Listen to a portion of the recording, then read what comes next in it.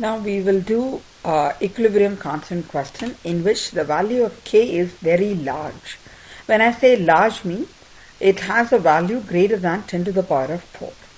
And what does it actually mean is the reaction is highly shifted to products, or in a way we have more of the products and the reactants concentration is very less, or it is almost equal to 0. So in order to do that, we have certain steps. I will explain the steps with an example further, but just let's note down the steps what is needed to do a large K question. The first thing you have to do is find the limiting agent. Then get the value of X. Then find the concentrations of the product. Afterwards, find out the leftover concentration of the reactant that was not the limiting agent. Then reverse the equation. Use the ice concept and get the equilibrium concentrations. So let's do one question in which I apply large K concept. 1.85 molar gas A is mixed with 0.432 molar gas B at 25 degrees Celsius. The two gases react to form a gas C by the reaction A plus B giving you 2C. Calculate the equilibrium concentrations of B given K is 6.50 10 to the power of 6 at 25 degrees Celsius. This is a large K question because the equilibrium constant is in the 10 to the power of 6, and large K means the equilibrium is highly shifted towards the product.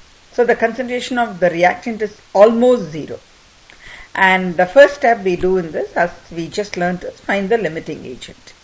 So to get the limiting agent, without doing the calculations, you can find it now.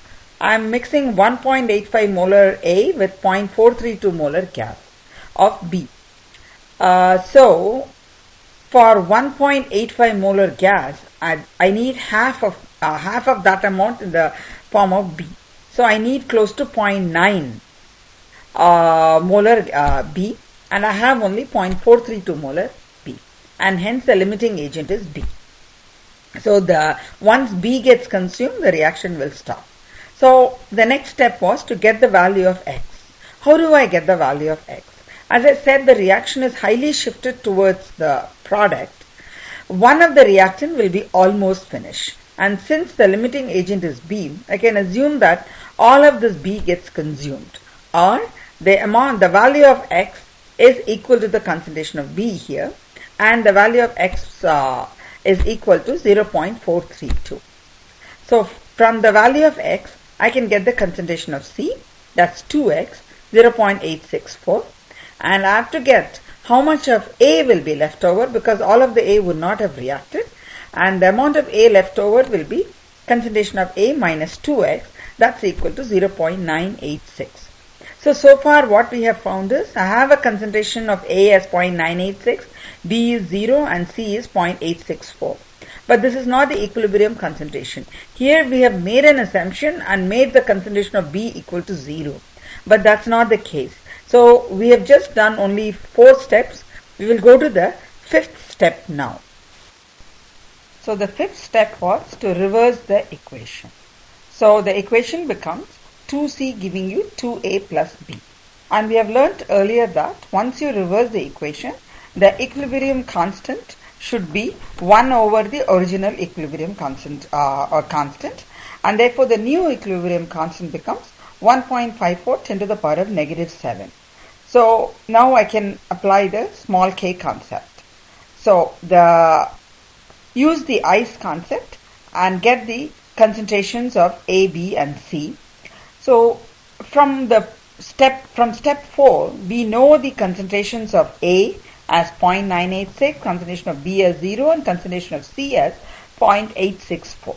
So in the table, the initial concentration of C, write it as 0.864, A as 0.986 and B as 0, and apply the ice concept. The concentration of C decreases by minus 2x, concentration of A increases by plus 2x, and concentration of B is plus x.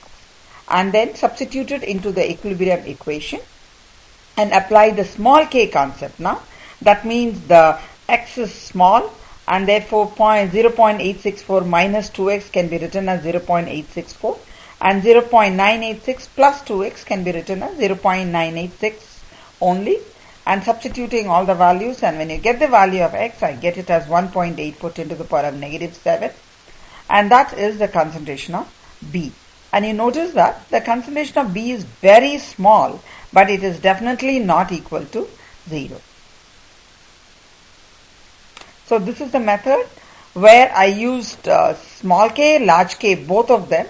So a large K question this is the way we solve a large K question.